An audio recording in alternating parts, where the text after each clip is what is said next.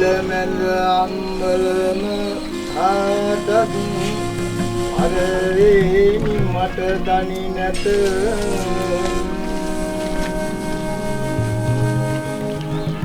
නුඹනානම් ඔලේනි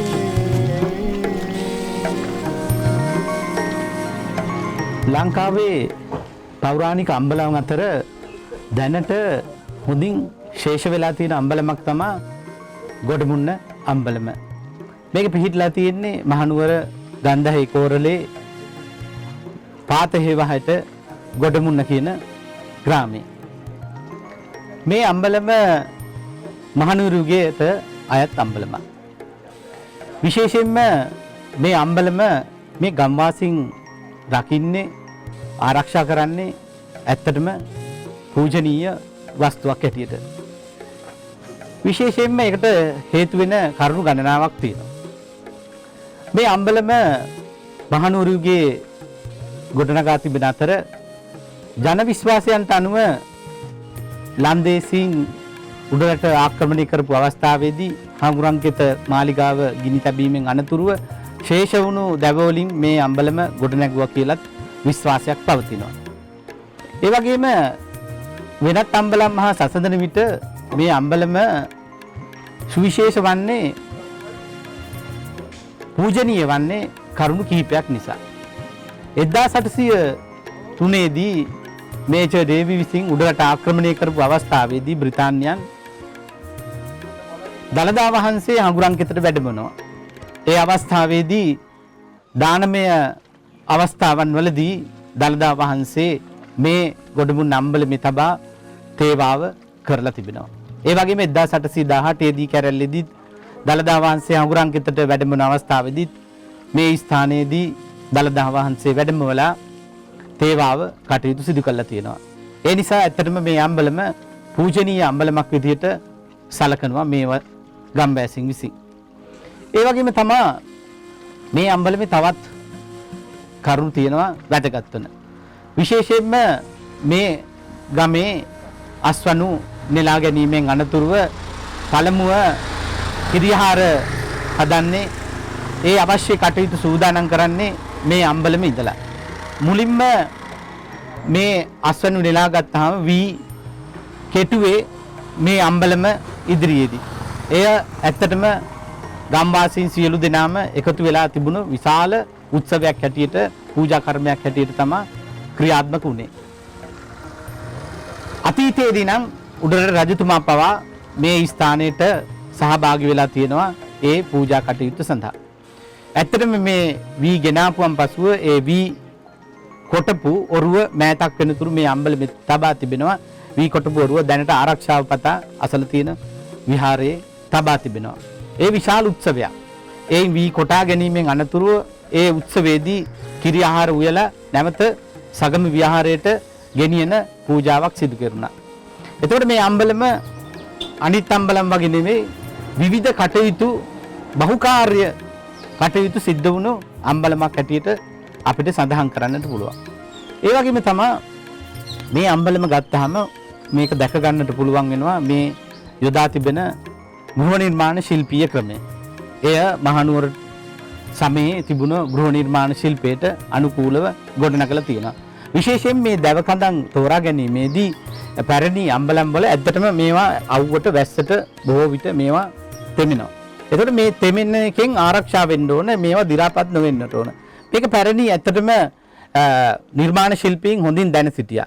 මේ වගේ විශේෂයෙන්ම මේ වල්දෙල් වගේ ඒ වගේම දොඹ මාර වගේ වැනි ගස් වර්ග තමයි යොදාගත්තේ මේ විශාල දැව කඳන් සඳහා. ඒකට හේතුනේ මේ වගේ තියෙන තන්තුමය විශේෂත්වයක්. ඒවා විද්‍යානුකූලව මේවා වැස්සට තෙමුනහම ඒවා දි รา පත් වෙන්නේ නැහැ.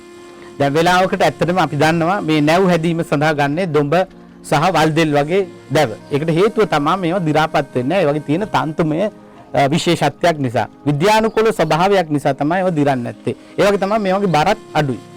ඒ නිසා කාලාන්තරයක් තිබෙනවා මේවා. ඒ නිසා තමයි මේ නිර්මාණ ශිල්පීන් විසින් මේ අම්බලන් සඳහා මේ වගේ දැව කඳන් යොදාගෙන තියෙන්නේ.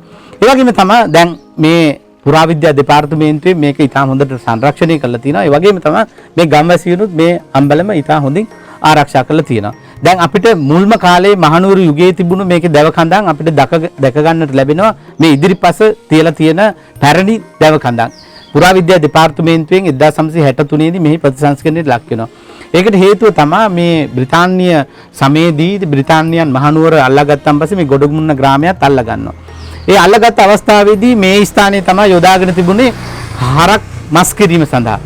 මේ බ්‍රිතාන්‍ය සෙබළුන් විසින්. එතකොට මේ හරක් මස් කරන අවස්ථාවේදී මේ පිහියා වලින් මේ වගේ යොදලා තිබුණු කැටයම් වලට පවා මේවා කොටලා තියෙනවා. ඒවා 1963 දී මේ පුරාවිද්‍යා දෙපාර්තමේන්තුවෙන් ඒ ලේ ඉවත් කළා මේ කැටයම් මතු කරලා තියෙනවා. නමුත් ඒ paludu වෙච්ච ඔයාලට දැක ගන්නට පුළුවන් වෙනවා මෙතනදී. ඒ නිසා ආරක්ෂා කරලා තියෙනවා. ඒතකොට දැව කඳන් පුරාවිද්‍යා දෙපාර්තමේන්තුවෙන් මේ වෙනස් කරලා තියෙනවා ඒවා ආරක්ෂාව සඳහා. එතකොට මේ අලුත් ඒවා යොදාගෙන තියෙනවා. ඇත්තට මුල් කාලේ මේ අම්බලම දෙස බැලුවාම මේ අම්බලම ඇත්තටම තිබිලා තියෙන්නේ මේ දැව කඳ කිසියම් වෙනස් ආකාරයකට තමයි ගොඩ නගලා තියෙන්නේ. ඒකට හේතුව තමයි උසස් කුලයේ අයට උසස් විදිහට ඉඳ ගැනීම සඳහා වෙනත් ආකාරයේ මේවට කියන්නේ පෝරු කියලා මේ පෝරුව හදලා තිබිලා තියෙන්නේ. එතකොට පහත් කුලයේ අයට වෙනත් ස්ථාන. ඇත්තට මේක මහනුවරගේ තිබුණ වැඩවසම් ක්‍රමයේ පිළිබඳ ඉතා හොඳ පූර්වාදර්ශයක් සපයනවා මේ අම්බලම තුලින් එහි ගෘහ නිර්මාණ ශිල්පයේ දිහා දැක්කාම. දැන් වික්ෂුන් වහන්සේ කෙනෙක් ආවොත් එහෙම ඉහළ කුලයක කෙනෙක් ආවම ඉහළ ආසනයේ තමයි ඉහළ පෝරුවේ තමයි ඉඳගත්තේ.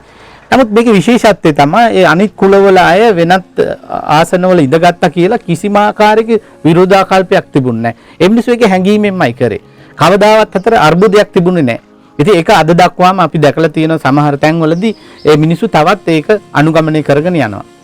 එතකොට මේ අම්බලමේ දක්නට ලැබෙන විශේෂත්වයක් මේක. මේක මහනුවරයකට අයත් වෙනවා. ඇත්තටම මේක පූජනීය වස්තුවක් විදිහට මේ ගම්වාසීන් ආරක්ෂා කරනවා වගේම දැන් සමහර අම්බලම් අද පුරාවිද්‍යාත්මක ස්මාරකයක් බවට පත් වෙලා තියෙනවා. සංස්කෘතික ස්මාරකයක් බවට පත් වෙලා තියෙනවා. ඒත් මේ අම්බලම අද දක්වාම ක්‍රියාත්මක වෙනවා. දැන් අද වුණත් වර්තමානයේ වුණත් මේ ගමේ සිදුවෙන කිසියම් දේවල් තියෙනවා රැස්වීම විශේෂ කටයුතු සඳහා මිනිස්සු ගම්වාසීන් එකතු වෙලා සාකච්ඡා කරන්නේ මේ ස්ථානේ. ඒ නිසා අදත් මේ අම්බලම කාර්යභාරය ගමක තියෙන අම්බලම කියන්නේ සුවිශේෂ ස්ථානයක්. පැරණි යුගයේදී විශාල කාර්යභාරයක් සිදු වුණා. ඒ කාර්යභාරය අදත් මේ අම්බලමේ සිදු වෙනවා. ඉතින් ඒක හරිම වටිනවා නූතනයට අපිට දැනගන්න ලැබුණාම ගමක තාමත් මේ අම්බලමේ සිදුවෙන කාර්යභාරයන් සිදුවෙන බව. ඒ වගේම තමයි මේ අම්බලම මේ ගම්වාසීන් විසින් මේක ආරක්ෂා කිරීම පිළිබඳව මේ ගම්වාසීන්ට අපි කෘතවේදී තත්ත්ව පළ කරලා යුතුයි.